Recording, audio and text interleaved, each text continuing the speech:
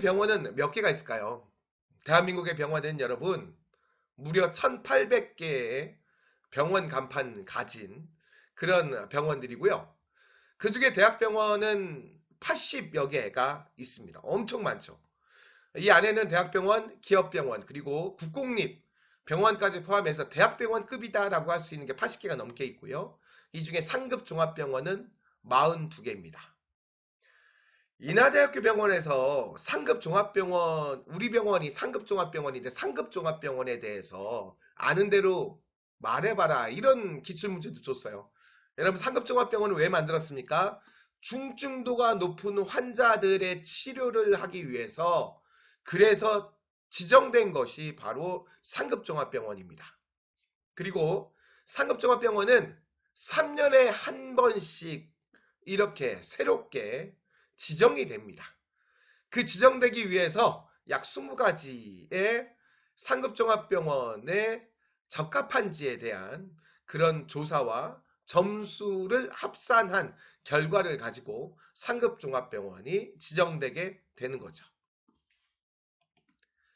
그런데 여러분, 이렇게 병원이 많은데 중요한 건 어떤 병원에 가야겠어요?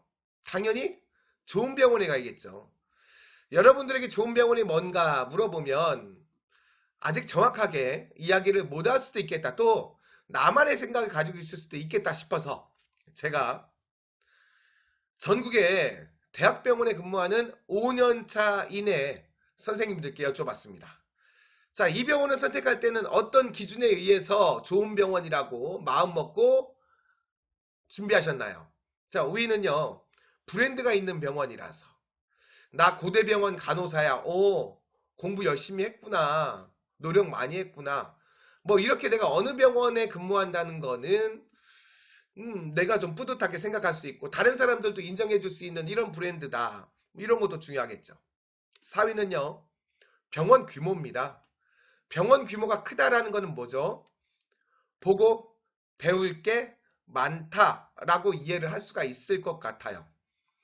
자, 특히 상급종합병원은 중증도가 높은 그런 환자들을 많이 치료하고 있는 병원이기 때문에 당연히 여러분들이 거기에 적합한 장비나 시스템들을 배울 수 있게 됩니다.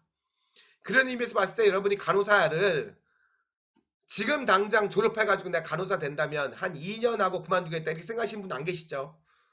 내가 건강하면 나중에 나이가 60대, 70대가 돼서도 현역으로 뛰시는 분들이 많이 계시죠. 여러분, 나의 이 간호사 역사에서 가장 중요한 건 사실 첫 근무를 어디에서 하느냐가 가장 중요한 것 같습니다. 그래서 여러분들이 대학병원급에 시작을 한다면 내가 사정이 생겨서 이직을 하겠다 라고 할 때 이직하기가 그만큼 쉬워지죠. 근데 그냥 조그만 병원, 그냥 태움이 전혀 없는 병원, 이런 병원, 이렇게 좀 여러분들 선택폭을 좁히게 시작을 하면 그다음부터 혹시나 이직할 때는 이직할 수 있는 병원의 폭이 줄어들 수밖에 없는 이런 겁니다. 자, 3위는요. 집 근처에 있는 병원으로 가겠다. 그리고 2위는요. 복지 혜택이 좋은 병원에 가겠다. 그래서 대학병원 이야기를 많이 하는 거죠. 그리고 1위는 기왕이면 많은 급여를 주는 데 가겠다라고 이야기합니다. 근데 여러분, 급여를 정확히 얼마 주는지 우리가 어디서도 정확한 정보를 볼 수가 없죠.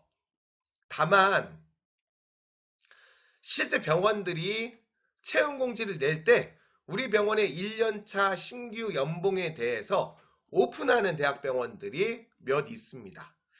제 기억으로는요.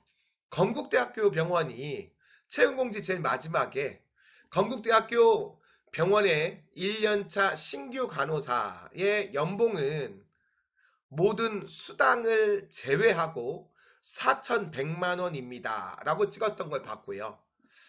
저 지방에 있는 울산대학교 병원은요. 역시 마찬가지로 울산대학교 병원 1년차 신규 간호사의 연봉은 모든 수당을 제외하고 3,950만 원입니다. 라고 이렇게 공지를 했던 그런 기억이 납니다.